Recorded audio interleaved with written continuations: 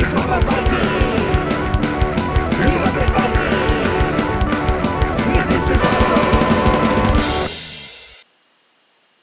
everybody, it's me, Undead Viking. I'm here to review a game for you. I don't have a game box for you because I have a prototype in front of me, and what a prototype it is. When do I get to show you this? This is pretty freaking awesome. But here, I'll hold up a card. The game is called... Hey everybody, it's me, Undead Viking. I'm here to do another review for you. I don't have a game box to show you, so let me just show you one of the cards here. The game is called Armymals, and the theme of the game is that each person has a team of 3 anthropomorphic animals with cool little funny names that I'll show you here in just a little bit. One of them is your commander, and 2 of them control these awesome, cool little tanks that I'm going to show you in just a little bit as well. And you travel around this farmstead, if you will, or farmlands. There's actually several farmsteads. And you do battle, trying to determine who among you is the greatest animal general of them all. And you will blow up each other's tanks, you will capture each other's flags, and you will collect victory points by collecting key positions and things like that. And the game is a very tactical game. It uses dice that you roll, the Yahtzee format. Roll dice, collect what you want, roll dice, collect what you want, roll dice. The third time you get what you get, and then you use those dice to program your movement of your tank and move it around the area. I have enjoyed this game immensely, and so have my friends. It's one of those kind of turn your brain off games, if you will, because of the fact that you just kind of the look and the feel of the game is very lighthearted and fun, and that comes through in the theme, and it comes through in the gameplay. So let me show you how to play. Shouldn't take too long, and then I will tell you what I dig about this game, Armymals. All right, cool. This is the board for Armymals, and just for starters, isn't it amazing what 3D printers can do nowadays? Now, admittedly, this is a prototype, and I don't know exactly what the final game is going to look like, but I had a lot of fun playing this game just for the stuff that's on here. I mean, check out this windmill. I mean, it's nice, and this is thick and heavy plastic. It fits in the little spots perfectly. Like it brings the, you could just take these off and you'd say, okay, well, we know those are the forests there, but to have these big chunky trees that you can use to, like, it really shows, it's like, oh, you're blocking line of sight when you're fighting. Now, I'm going to show you, as I mentioned in the introduction, just how freaking cool these tanks are. So, I mean, check that out. I mean, that's the tank, and then of course the turret spins around. I mean, how freaking awesome is that? I mean, this game is just fun to look at while you play, and it's fun to play as well. So, and this is how the game gets set up. This is for a 4-player game. Each tank is in the locations on each corner. They have the flag that they need to protect. You can play this with 2 or 3 people, but 4-player, I've played this with 4 players now a few times, and it's a lot of fun because basically it's a kind of an anything goes type of situation, and you're just blasting away at each other. The cool things about the game, besides the fact that it just looks really neat, is that they definitely had a pretty good sense of humor when they made this game, as can be seen when you look at, like, these are the different, you get 3 of these cards to begin with. Brave Herd, because, like, obviously it's Armymals because there are, like, these are all the animal soldiers. So, Spiroticus, Rammel, Horsatio Nelson. So, I mean, you can kind of get that, the gist of what they're going with when they're making these little jokes as far as that goes. Each team, you're going to get 3 of these. They will be dealt randomly to you, and I'm just going to grab the top 3 here. Actually, let me grab a middle 3 so we can just kind of see 3 that you didn't see already. So these are the 3 like supposedly like I got. So Genghis Hen, Leonidas. He's going to throw his spear. And King Anther. He's an ant. See? Oh, anyway. So, okay. So, when you get these, you have to decide which ones are going to be your drivers and which one's going to be your commander. And so, the commander never really sets foot on the board. He just has his commander ability. And then that's this one right here. So, this one is, during this turn, pivoting the tank and moving the turret are free. Normally, you have to spend dice to do that. And that would cost 3 acorns to use it. Acorns are kind of like the resource. You collect them as you play the game, and then you spend them to do certain things. And so, get Great Wall Breacher. Ignore cover and obstacles this turn. The enemy still has to be in the shot radius for you to shoot. So that's pretty good, you know. And then Leonidas War. Change any die result to shoot. You can use this ability up to 4 times per turn. Well, that's pretty good. But now the other things that you have to do is you actually have to see what the other abilities are. As far as, so like, they have the health and range and move. And so in this case, like if he was piloting a tank, he would have 7 health, it would have 3 range, and 2 move. Whereas Genghis Hen, 8 health, 2 range, 2 move, 9 health, 2 range, 2 move. And also, they have a secondary ability here that is if you're the driver, and that's only can be used once per game, however. But it's like, remove all armor from an enemy tank and add it to your tank. That's a pretty good ability. Move an enemy tank as if it had 4 movement points. You can move somebody else's tank, and then use the start of your turn, and shots cause +1 damage. Well, I don't like the fact that Leonidas has 7 health for his tank, so I'm going to use the big health, Genghis Hen and King Anther, and then we're going to use him as our guy that's the commander, if you will. And so what you do then is that if, like, say I'm going to be this green and blue over here, I apologize, I need to just grab these really quick. You take the token, like the green and blue, like so, and then like you place them on the tanks that they're going to be piloting. So you don't forget, you know, which one's piloting which tank, and then each person will do that, and then you'll know. And so as the game progresses, you figure out who it will be the first player, and you have these big chunky dice. And they have a number on it, 1 and 2, and the 1 and 2 gets to either be used for adding to your movement. Remember, you have a movement ability. These guys are movement 2. These add to your movement. They have a spin that allows you either to spin the tank or spin the turret. That's your option. And then an acorn, which gives you an acorn, or this, which is a boom result, which allows you to shoot. And so you can use that. And so, much like other like Yahtzee type games, what you'll end up doing, let me just get up my little dice thing here, and you roll them all, and then like you look and see what you get. Wow, that's a lot of numbers. That actually wouldn't be too bad. And then like if you get to re-roll, so you get to pick dice, let's say keep the 2 2s, and then we'll re-roll these. And then we got an acorn, let's keep that one. Let's re-roll these 3.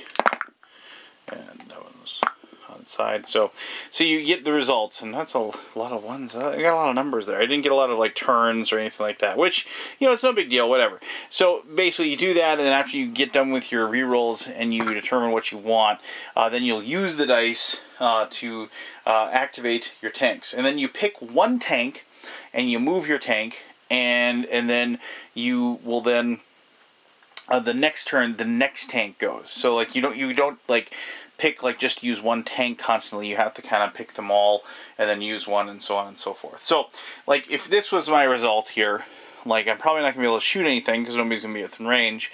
But I've got that 2 2 1. I got an acorn, so you can spend. So you can just turn them all in for whatever you want. You can also turn in 2 dice that are of the same side, and you can turn them in, and you can get an action card. And you can draw an action card. You get 1 to begin with, and these are just cards that allow you to break the rules, like Molotoving. If your attack deals damage, you can use this card and place it next to the damaged tank. During its turn, it suffers 1 damage for each traveled space. Discard the card afterwards. So, and it costs 3 acorns to use it. And like here's like if you drew another one, Clockwork Bang. Play before you shot during your turn. The shots during this turn hit every tank in range. Friend or foe retreat. Your tank has had 360-degree vision. So it's like a couple abilities. You just keep those cards, and then you'll use them as needed. And I forgot to do one thing. I do apologize. But you do have these mission cards. Because this game is all about victory points. And the first person to 7 victory points wins the game. And you can get victory points for a lot of different ways. Usually you get them for destroying other people's tanks. You get them for capturing a flag. You get 5 points for capturing a flag. 2 points for destroying somebody else's tank. If you control one of these key positions, you can see there's these lighter colored spots. If you control them, you put a flag on them like this. Like if your tank ends up in that spot at the end of your turn, you get to put that flag down. And then if you control 3 of them, you at the end of a turn, you get a victory point for that.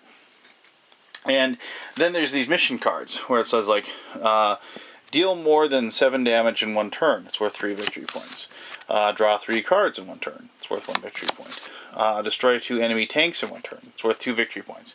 And so you place these on the side of the board, like so, and then anybody can claim them. So like if they claim this one, they put it in front of them for that victory point, and then like, oh, that's the wrong card, sorry. And then you turn another one over, and control 2 tractor objectives at the start of 1 turn, and it's worth 1 victory point. And so you do that, and you have these missions, these little side missions you can do to get victory points as well. So, so basically, like, you have program movement, and I like program movement games. So, like, in this case, if we were moving, say, like, the blue tank, I have a movement of 2, and I have 5 extra numbers, if you will. I got an acorn, and, we'll just collect the acorn, just say, all right, I'll collect the acorn. You put the acorn on your leader, like that. And if there's ever more than 8 acorns on your leader, he does what's called go nuts. Yeah, literally go nuts. And then what happens is that an active tank takes 2 points of damage, and you lose half of your acorns. So basically that's to prevent you from stockpiling them and then using a bunch of acorns all at once to, like, just do a huge turn, if you will. But anyway, so like you have this situation where you have these dice, so we can move them 5 or shoot even further if we wanted to. But so you just move, and so you go 1, 2. That's his base move, right? And so we want to, like, maybe like head over and, like, maybe take over, because, like, to control the if you control the windmill, that's worth a victory point. So if you can somehow manage to control both of the 2 different objectives on either side, you actually would be able to. So maybe we're heading over to the windmill. So we move the 1, 2, and then let's spend the 1 die to move 1, like so. And then we're going to use the spin, which lets us turn the tank in any direction we want, and you can end it up wherever you like. It isn't just one move. You could, like, turn it all the way around if you wanted to or whatever, but we're going to turn it like that so he's facing this way. Then we have 4 more movement, and so we can go 1, 2, 3, 4. We end up in that location with that, and then since that's the end of that turn, we will take this flag, and then we'll put it on top of there like that, and we've controlled that objective, and we will keep control of that even if we move off of the board until somebody else happens to come over and take it from us and end up with the tank in that location. So now, just for the sake of just showing you how it works, let me show you how, like, if somebody was going to attack us work. So, like, maybe the next player or got around to the brown and the yellow tank over. And I should mention one thing, and I didn't realize this at first. Yes, there is a river that goes through the middle, but you can't go through these buildings unless you have a card or ability that allows you to. You can't go through the forest, you can't go through the tractors or anything like that. But you can go over the water. You're a tank. We played the first game. We're like, wait a minute, we can't get across the water. I mean, we're trying to figure out if we can go through the windmill or not. No, you can actually go across the water. We figured that out. But anyway, so like, the next person goes. We'll just see what they get here, and, like, well, that's a lot of acorns, which is pretty good. But let's keep the boom so we can shoot. Let's just see if we can get somebody within range. Okay, let's take the 2 and the 1. And the 1, 1. There's a boom there as well, so we could theoretically shoot twice, but let's just cheat and pretend that I rolled that one right there, like so. So we got an extra 5 movement, and we have a 1 boom. And so what we'll do is, let's say, here, hold on. Let's say we were, like, this yellow tank is being driven by Armymals. And so here he is. He's got a range of 3, move of 2. And so once the special ability is use any time during the game, add 5 armor points to your tank. Oh, and yeah, 5 armor points, basically it adds to your health. You remove one of those instead of taking a damage. The armor tokens look like this, but they only protect the front of your tank. They don't protect the side or the rear. So he has 2 movement, so we can go like this. 1, 2, and then we can turn him. So we go like this, and then we got like 5 more movement, and 5 movement would take us right there. And he's got a range of 3, so maybe we don't want to do that, but be that close, so we don't have to use up all of our dice. But so we'll just go. He's got a range of 3, so we'll go 1, 2, 3. So 1, 2, 3. There's that tank, like so, and so you can see that's how that works. And so then. Now it should be noted that like you don't actually have like a straight line of damage. You have a 60-degree cone that you fire through. So just because the turret is facing just this way, it isn't like you have to line up yourself perfectly to be able to hit somebody. But you use this, you say you're going to shoot, and then you check the range and make sure that there's no like trees or anything blocking your way. If anything is blocking your way, you kind of just have to draw a line to see if you have line of sight. If anything blocks your way, then you cannot make the shot. Unless otherwise specified, each attack does 1 point of damage when you hit it. So in this case, boom, you had the range. There's nothing blocking the line of sight, so you would do the 1 point of damage to the blue tank, and then this player finds the blue tank and puts that on there to show that he has taken that point of damage. And then, he's still got health of 9, so we're not worried about him being blown up. Now, if you actually do take away the last hit point of the tank that you're firing on, you remove the tank, because it's been destroyed, and you return it to one of the starting spots of that particular side. And then, like, the next turn, it can come back. But it can't fire that turn. It has to wait 1 turn before it can use any boom actions. Now, 1 point of damage might seem like it's not very much, but there are cards that allow you to increase the damage. And plus, if you have multiple shot dice, if you rolled multiple booms, there's nothing that prevents you from taking multiple shots. So if you had a situation like that, you'd be able to go, I'm going to take 3 shots, and all 3 of them work, and so you do 3 points of damage, and so on and so forth. So. And plus you got to remember that you have to wait a long time after you move one tank, and then you get to move the next one. It's like you move that one and move it out, and then you kind of feel like that one tank's just kind of out there like a sitting duck, and like everybody else is moving out there. And trust me, everybody wants to be the one that does the last point of damage to the tank, because if you can pull that off, you get the 2 victory points for destroying the tank. And so as soon as there's blood in the water, so to speak, the tank shells start flying. So remember though, when you do move, if you do move the turret for whatever reason, and you will move the turret has to face one of the cardinal hex directions, and it stays that way even if you move the tank or you swivel the tank. The turret stays just like it normally would, like a tank normally would. But anyway, so you play that game. The big thing that'll happen is if somebody actually tries to capture the flag, like say this guy got over here and he has that person's flag, and now he's trying to make his way back to his own base so he can turn it in. The big thing with that is that that's worth 5 victory points. And so if somebody actually does manage to snag the flag, you can bet that everybody is going to be gunning for the tank that's carrying the flag. And it is very difficult to get back. If the tank is destroyed while carrying the flag just goes back to the location. It doesn't stay in the spot where it got blown up. And as always, then the tank would go back.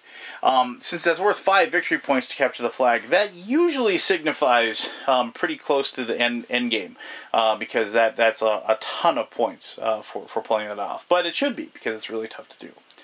But there you go. I mean, that's how you play Armymals. You know, it's just don't always, if I can press upon anything as far as strategy, if you play this game, don't forget about these little missions off to the side. I've won several games just because I've been cognizant of that and being able to snag those extra little victory points when they pop up when the opportunity arises, because a lot of them are weird, like, you know, blowing up a tank while it's in the water, or, you know, like, you know, things like, you know, controlling both the tractors and things like that, you know. So it's just like weird little extra abilities like that. You got to make sure those are apparent. And plus, I said, always be aware when somebody has a bunch of like when somebody's tank is nearly dead, and zero in on those as well. I think I forgot to tell you, the way to get armor besides a special ability is you can discard your these cards. You can discard these cards for armor as well, and that's a way to keep your tanks. You can't heal your tank after it's taken damage, but you can definitely get them some armor by discarding those cards to get that back up. Alright, so the game is a very tactical game. There's some strategy elements as well, and plus it's just got a really cool look and feel to it. But I'll talk about more about that in my conclusion, which I'll do right now. In all seriousness, if this is where we're going with 3D printing, honestly, I mean, the sky's the limit. I mean, I've seen some 3D printing, and it was kind of garbage, and it wasn't, you know, very good at all. But this one, the models that I got with this game are just ridiculously awesome and cool, and I think that I'm really looking forward to how this creation of you know, components for games is going to go, and really the sky's the limit. So regardless though, Armymals, I mean, I kind of went over a few things in the introduction and also in the gameplay, but it's one of those games that kind of appealed to me for a lot of different reasons. For a really weird reason, I felt like I was back playing Combat on my old Atari 2600 against my older brother. I got that kind of feel, you know, you know, shoot at each other kind of thing, and it reminded me of some of those really old coin-operated arcade games about tanks as well, like Battlezone and stuff like that. And so it was just kind of neat. And plus, when I was younger, I read a lot of comic books. The Haunted Tank in the GI Combat. The old DC big giant thick comic book that I really liked a lot. You know, I remember, and so like I've always kind of dug. Well, tanks are just cool, you know. I mean, I just as a kid I remember reading up on them, and I had models and whatever. And so you know, and then so you add in the kind of whimsical feel, if you will, with the animal soldiers and the little, you know, tongue-in-cheek jokes, if you will, and the game itself is just it's a tactics game. I mean, I've played several. I mean, I wouldn't say this is a war game by any means. I mean, it definitely has a war theme, but at its heart, it's just a tactics game, and it's like a tactics game with like a little bit of King of Tokyo thrown in. I mean, which really, you know, when I thought about it for a while, that and one of my buddy Craig said that he's like, this is King of Tokyo with tanks, and I was like, no, it isn't. Then I thought about it for a bit, and I was like, actually, you know what? It kind of is. I mean, it's like you're rolling those 6 dice. You get acorns that you know, which, you know, energy, and then like the dice kind of dictate what you get to do. If you get to attack, if you're moving around, you know, doing the different things. I mean, it isn't a direct comparison, but, you know, it has a lot of the same things going on. And I love King of Tokyo. It's one of my favorite games. And so, you know, no wonder I enjoyed this. There's nothing better than rolling the perfect set of dice for exactly what you need. And, you know, I do like the whole spatial situation as far as using the terrain and using line of sight to your advantage. I love being able to move my turret and having it point backwards as I'm like racing away and I'm shooting back at the tanks that are chasing after me. I mean, there's all kinds of stuff like that, and eventually, like, the game kind of, you know, for lack of a better term, it kind of like, I say tells a story, but I mean, this is definitely one of those games with action that you end up, you know, moving your hands and like, you know, acting out what's happening to you. At least my gaming group does, because we're very animated, and we're very we're very cruel to each other. You know, when somebody does something poorly or doesn't get the dice rolls that they have. It's all in good fun though. You know, for all those reasons, I mean, just the looks of the game, the fact that it is highly tactical, and you know, even though it is luck dependent, you can mitigate that luck with some, you know, clever usage of cards and clever usage of the special abilities that your units have and things like that.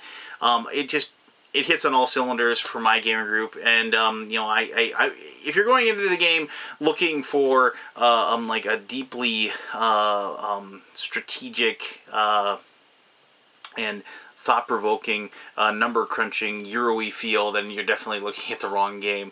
This game is meant to have quick turns and just have a blast, you know, blowing your friends up kind of game, and which is exactly what it is and what I need every once in a while when I play games with my friends. So there you go. That is Armymals. If you have any questions about it, by all means post those. I'll answer those to the best of my ability. As always, thank you very much for taking the time to watch this video, and until the next one, you have yourself one heck of an awesome day. Alright, bye-bye.